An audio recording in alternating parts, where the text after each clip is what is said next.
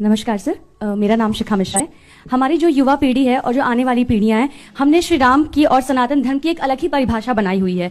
आजकल वो जय श्री राम सुन के और मूवीज वगैरह देख के। तो आपसे मैं जानना चाहूंगी कि हमारे लिए कौन सा सही तरीका होगा जिससे हम प्रभु राम को जान पाए जो प्रभु श्री राम है। देखिए, जो आपने बात कही वो सही बात है। मूवीज में एक इमेज बनी हुई है कि टीका लगाए, कंठी माला पहने और धोती कुर्ता पहने व्यक्ति विलन ही होगा, इतना ही मान लीजिएगा। और इतना ही नहीं, धर्माचार्य तो धूर्त होगा। इतना ही नहीं, प्रोफेसर मजाक का पार्ट होगा। पढ़ने लिखने वाला छात्र बेवकूफ होगा, वो चतुर महालिंगम होगा। और क्लास बंक करने वाला इंटेलिजेंट होगा। पॉकेट मारने वाला व्यक्ति जो होगा वो तो उदार होगा, क्योंकि वो चोरी करके बांट रहा होगा।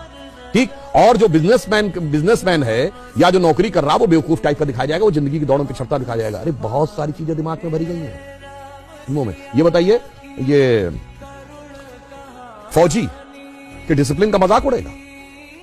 हर हिंदी फिल्म में साउथ इंडियन मजाक का पार्ट होगा। हम लोग के जन्म के आसपास के जमाने की फिल्म वो कौन सी थी, पड़ोसन, मास्टर पिल्लई, एक चतुरनार करके सिंगार, वो भी मजाक के पार्ट होंगे। और अभी इधर कौन सी फिल्म थी इसमें खजाना खोजने के लिए जाते हैं, जिसमें वो कहता है कि गोवा तक पहुंचने के लिए कितना टाइम लगेगा। उसने कहा जब तक नाम बताऊंगा तो बता देगा, श्रीनिवास, वेंकटेश, फलाना, अय्यर। उसका ही मजाक। भाई ये क्या है, उत्तर दक्षिण में लड़ाना है। हर फिल्म में सरदार मजाक का पार्ट होगा। बहुत बड़ा षड्यंत्र था ये, एक लेफ्टिस्ट एजेंडा था। और इसमें मैं ये नहीं कह रहा हूं कि इस फिल्म वालों ने जान के किया है, वो तो बेचारे खुद भी नहीं जानते। उनका माइंडसेट ऐसा कि उसके टूल बन गए।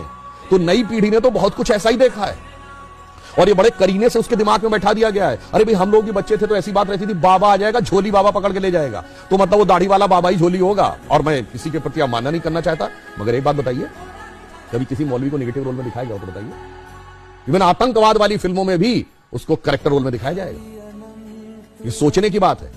एक ही फिल्म में, अमिताभ बच्चन जी की फिल्म है 1970 के दशक की, जिसमें जब उनकी भाभी आती हैं और या मां अगर उनको प्रसाद दी, मैं नहीं लेता ऐसा प्रसाद, मैं नहीं मानता ऐसे भगवान को जो गरीब का पेट नहीं भर सकता, उसी फिल्म में 786 का बिल्ला उनकी जान बचाता है और उसको यूं हाथ से लगा देते। सोचिए कैसे दिमागों में चीजें भरी गई हैं। इसलिए मैं युवा पीढ़ी से कहूंगा, इस जगत प्रपंच से बाहर निकलिए और ओरिजिनल अपने टेक्स्ट पढ़िए। विवेकानंद का साहित्य पढ़िए, स्वामी रामतीर्थ का साहित्य पढ़िए, श्री अरविंदो का साहित्य पढ़िए, गांधी जी ने जो लिखा है उसको पढ़िए। कार्यक्रम के शुरू होने से पहले कुछ आप विवरण दे रहे थे, मैं चाहती हूँ वो दर्शकों तक भी पहुंचे, कैसे समय की चाल बदली। देखिए, हम आपको एक बात ये बताएं, आप सबने शनि की 7.5 वर्ड सुना होगा।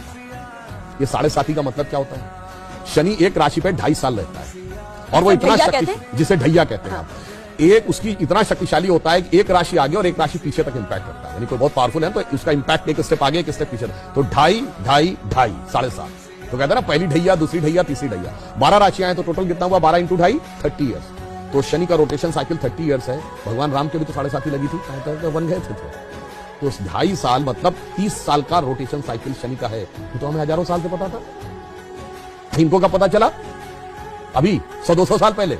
और ये बताते हमको, यार हम साइंटिफिक थे, तुम नहीं थे। मेरे भाई, तुमने तो कहा सूर्य पृथ्वी के चारों ओर घूमता है। और मजे की बात जानते क्या है? गैलीलियो ने कहा 1633 में कि सूर्य पृथ्वी के चारों ओर घूमता है। ये गलत है, पृथ्वी सूर्य के चारों ओर घूमती है। तो उसको कह दिया गया कि तुम्हारी मौत की सजा दे दी जाएगी। उसने माफी मांगी, उसको अपराधी चर्च का घोषित किया गया। चर्च का अपराधी। और वो चर्च के अपराधी की श्रेणी में जानते कब तक रहा है? 1992 तक। पोप जॉन पॉल II ने उसका नाम हटवाया।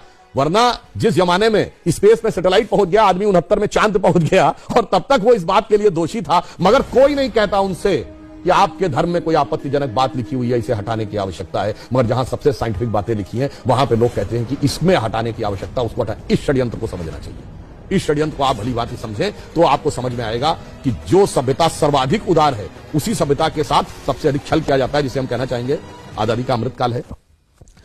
तो हम कहते थे ना, हो गए हैं स्वप्न सब साकार, कैसे मान ले हम, टल गया सर से व्यथा का भार, कैसे मान ले हम। राष्ट्र को है लोग भूले, स्वार्थ है युग मंत्र सारा, वर्ग जाति विभेद की अब बह रही है कलुष धारा। इस अमा के तिमिर को, यानी अमा अंधकार, तिमिर मतलब अंधकार, रात्रि के अंधकार को अब अरुणिमा क्या मान ले हम, टल गया सर से व्यथा का भार कैसे मान ले। और आगे की लाइन सुनिए, वो महत्वपूर्ण है। वेशवाणी तत्व दर्शन दूसरों से यह सभी ले, विकृति को हम ग्रहण करते, निज प्रकृति को आज भूले। इस विदेशी नकल को अब अस्मिता क्या मान ले हम, हो गए हैं स्वप्न सब साकार कैसे मान ले। इसीलिए मोदी जी ने क्या कहा है, अमृतकाल के जो 5 प्रण हैं, उनमें पहला है भारत को विकसित राष्ट्र बनाना है, दूसरा है गुलामी की मानसिकता के हर प्रभाव से अपने को मुक्त करना है, और तीसरा है अपनी विरासत पे गर्व करना है। इसीलिए गुलामी की इस मानसिकता